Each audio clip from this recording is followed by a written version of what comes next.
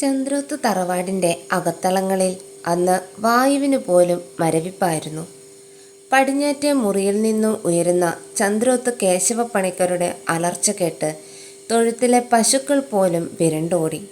പുറത്ത് സന്ധ്യ മയങ്ങുകയാണ്. മുറ്റത്തെ തുളസിത്തറയിൽ ലക്ഷ്മി കൊളുത്തിവെച്ച നിലവിളക്കിൻ്റെ നാളം കാറ്റിലിടറി അണഞ്ഞുപോയി. അതൊരു അശുഭ ലക്ഷണമാണെന്ന് തോന്നിയിട്ടാകാം ഉമ്മറത്തിരുന്ന ലക്ഷ്മിയുടെ ഉള്ളിൽ തീ കത്തുകയായിരുന്നു. സത്യം പറയടി, ആരാടി നിന്റെ വയറ്റിൽ വളരുന്ന ഈ പാപത്തിന് ഉത്തരവാദി? ചന്ദ്രോത്ത് തറവാടിൻ്റെ 60 വർഷത്തെ ആഭിജാത്യം ചീത്തയാക്കാൻ എവിടെ നിന്ന് കെട്ടി നിനക്കി ചങ്കൂറ്റം? അടച്ചിട്ട മുറിക്കുള്ളിൽ വേണി വിറയലോടെ നിന്നു. അവളുടെ ഇടതൂർന്ന മുടിയിൽ കേശവപ്പണിക്കരുടെ കൈകൾ മുറുകി. അയാൾ അവളെ ചുവരിലേക്ക് ആഞ്ഞു തള്ളി. അടിയേറ്റ് നീലിച്ച കവളുകളിൽ വിരൽപ്പാടുകൾ ചോരക്കറ പോലെ തെളിഞ്ഞു നിന്നു. വേദന കൊണ്ട് അവളുടെ കാഴ്ച മങ്ങുന്നുണ്ടായിരുന്നു. എങ്കിലും അവളുടെ അധരങ്ങൾ വിറയ്ക്കുന്നുണ്ടായിരുന്നില്ല. അവൾ മൗനത്തിൻ്റെ ഒരു വലിയ മതിൽക്കെട്ടിനുള്ളിലായിരുന്നു. എൻ്റെ മനുഷ്യ, ഒന്ന് പതുക്കെ. നാട്ടുകാരെ കൂടി അറിയിക്കാനാണോ ഈ ഒച്ചയെടുക്കുന്നത്? ലക്ഷ്മി വിതുമ്പിക്കൊണ്ട് വാതിലിനപ്പുറം നിന്ന് വിളിച്ചു പറഞ്ഞു. ഒന്നേ ഉള്ളൂ എന്ന് കരുതി നമ്മൾ പൊന്നുപോലെ വളർത്തിയതല്ലേ. അവളെ ഇങ്ങനെ തല്ലിച്ചതയ്ക്കല്ലേ. വിട്ടേക്കാനോ? കേശവപ്പണിക്കർ തൻ്റെ ഭാര്യയെ രൂക്ഷമായി നോക്കി. നീ ഒരുത്തിയാണ് ഇവളെ ലാളിച്ച് വഷളാക്കിയത്. ഇതാണോ നീ ഇവളെ പഠിപ്പിച്ചത്? ഏതോ ഒരുത്തൻ്റെ അവിഹിതവും പേറി നമ്മുടെ മുൻപിൽ തല കുനിച്ച് നിൽക്കാൻ. ആയിക്കോ, അമ്മയും മോളും കൂടി എന്തു വേണമെങ്കിലും ആയിക്കോ. പക്ഷേ ഈ പടി ഇറങ്ങുന്നത് എൻ്റെ ശവമായിരിക്കും. തോളിലെ തോർത്തെടുത്ത് ദേഷ്യത്തോടെ കുടിഞ്ഞെറിഞ്ഞ് അയാൾ വാതിൽ വലിച്ചു തുറന്ന് പുറത്തേക്ക് പോയി. മുറിക്കുള്ളിൽ ഒരു തറയിൽ തളർന്നിരുന്ന വേണിയുടെ അരികിലേക്ക് ലക്ഷ്മി ഓടിയെത്തി. വാത്സല്യത്തോടെ ആ തലയിൽ തലോടുമ്പോൾ ലക്ഷ്മിയുടെ കണ്ണുകൾ നിറയുന്നുണ്ടായിരുന്നു. മോളെ വേണി, നീ എങ്കിലും അമ്മയോട് പറ, ആരാണ് നിന്നെ ഈ ചതിയിൽപ്പെടുത്തിയത്? നിനക്ക് ആരെയെങ്കിലും ഇഷ്ടമുണ്ടായിരുന്നു? ആരോടാണ് നിനക്ക് ഇത്രയും അടുപ്പം തോന്നിയത്? പറ മോളെ, അച്ഛനെ നമുക്ക് എങ്ങനെയെങ്കിലും സമ്മതിപ്പിക്കാം. ഈ ഗതികേട് മാറ്റാൻ വഴി കാണാം. വേണി തൻ്റെ അമ്മയുടെ കണ്ണുകളിലേക്ക് നോക്കി.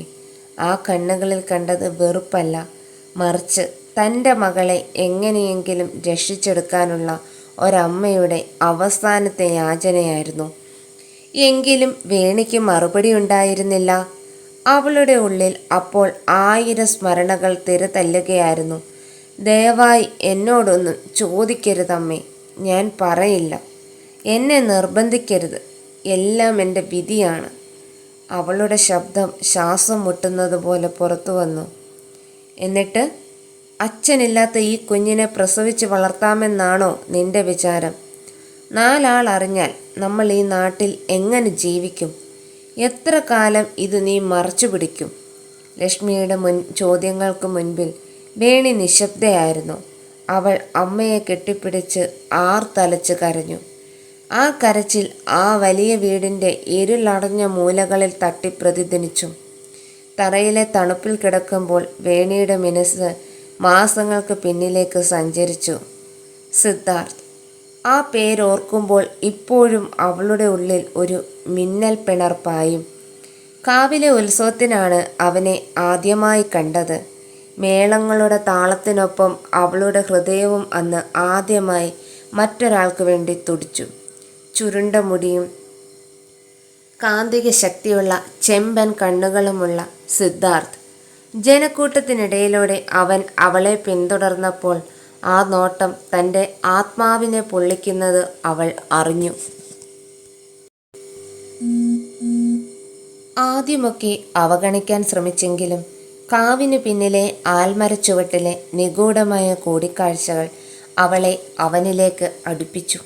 നിലാവുള്ള രാത്രികളിൽ അവൻ കൈമാറിയ പ്രണയലേഖനങ്ങൾ ഇന്നും അവളുടെ പെട്ടിയിൽ ഭദ്രമായുണ്ട്. പ്രണയം തുളുമ്പുന്ന വാക്കുകൾ, അവൻ സമ്മാനിച്ച ചുവന്ന കുപ്പിവളകൾ. ലോകം മുഴുവൻ സിദ്ധാർത്ഥിലേക്ക് മാത്രം ചുരുങ്ങിയ ദിനങ്ങൾ.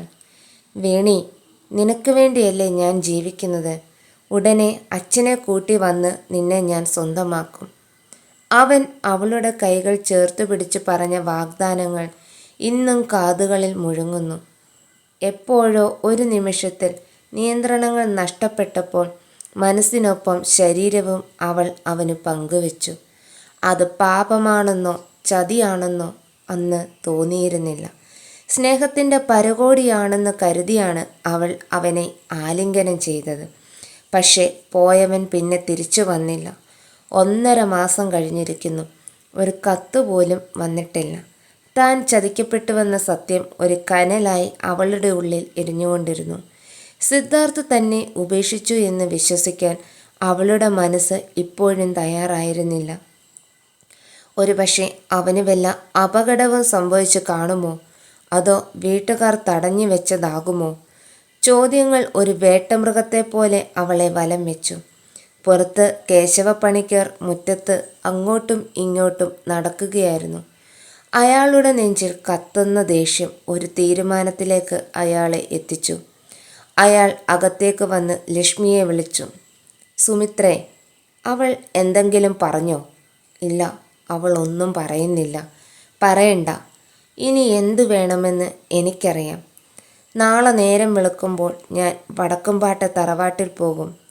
കൗസല്യയുടെ മകൻ ദേവന് വേണ്ടി അവർ പെണ്ണു നോക്കുന്നുണ്ട്.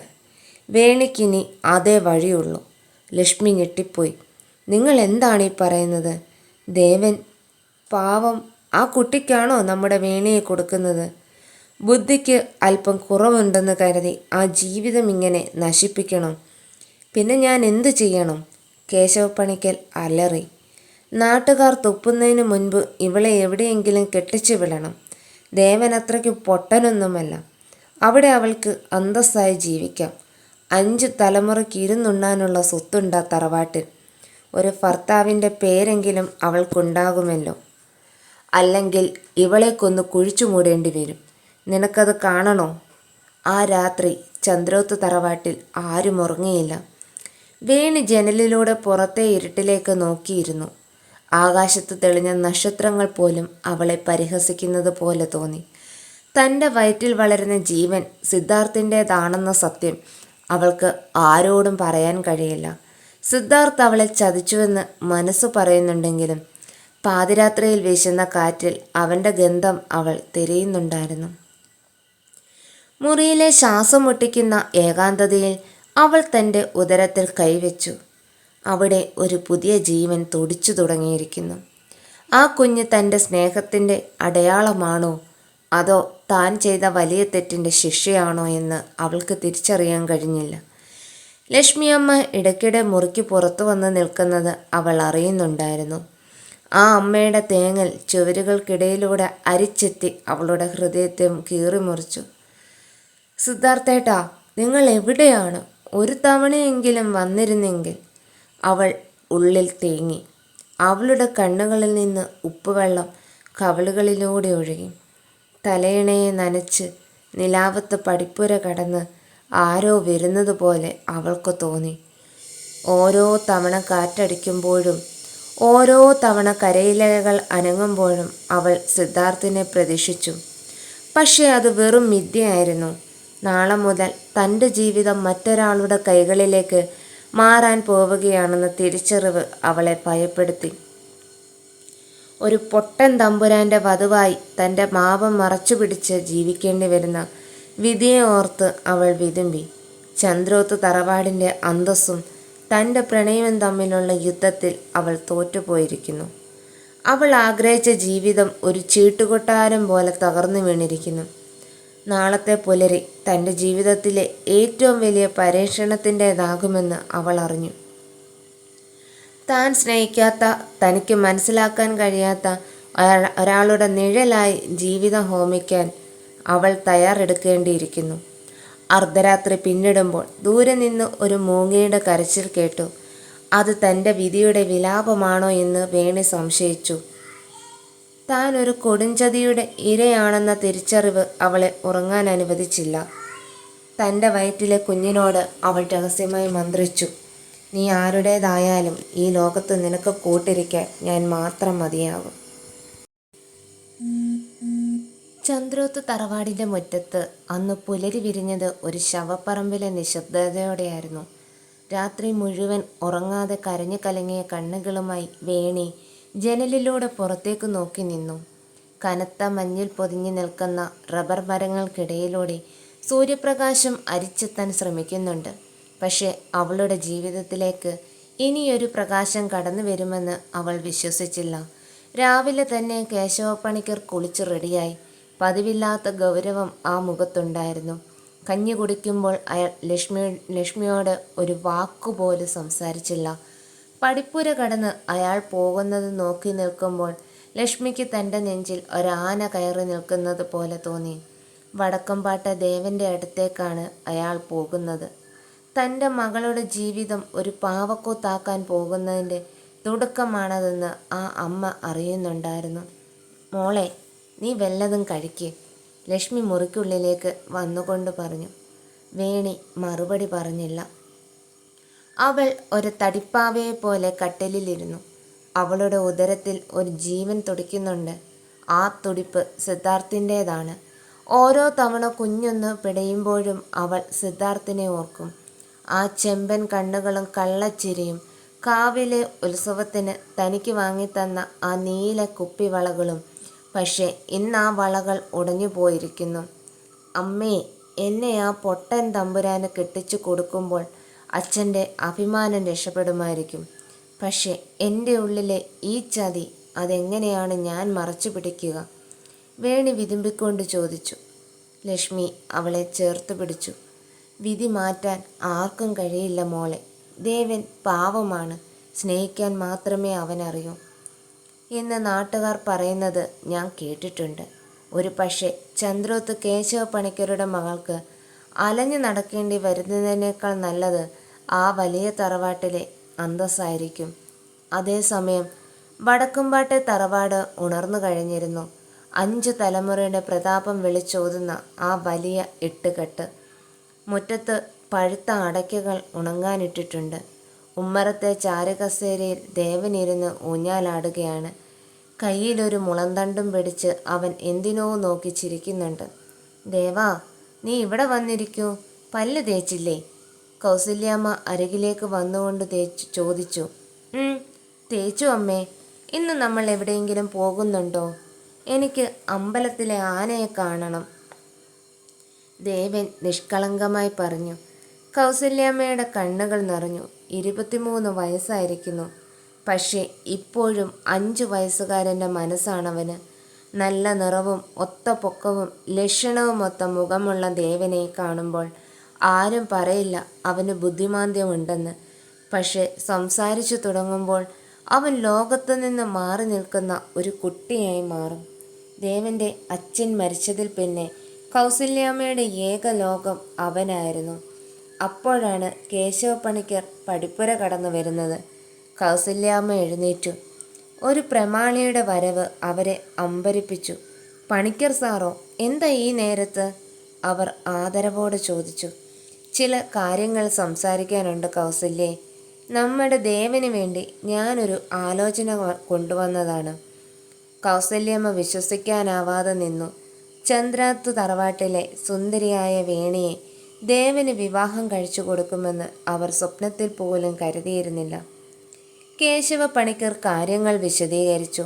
തൻ്റെ മകളെ വടക്കുംപാട്ടെ വലിയ മരുമകളായി അയക്കാൻ താൻ തയ്യാറാണെന്ന് അയാൾ അറിയിച്ചു. എന്തിനാണ് ഇത്രയും തിടുക്കമെന്ന് കൗസല്യാമ്മ ചോദിച്ചില്ല.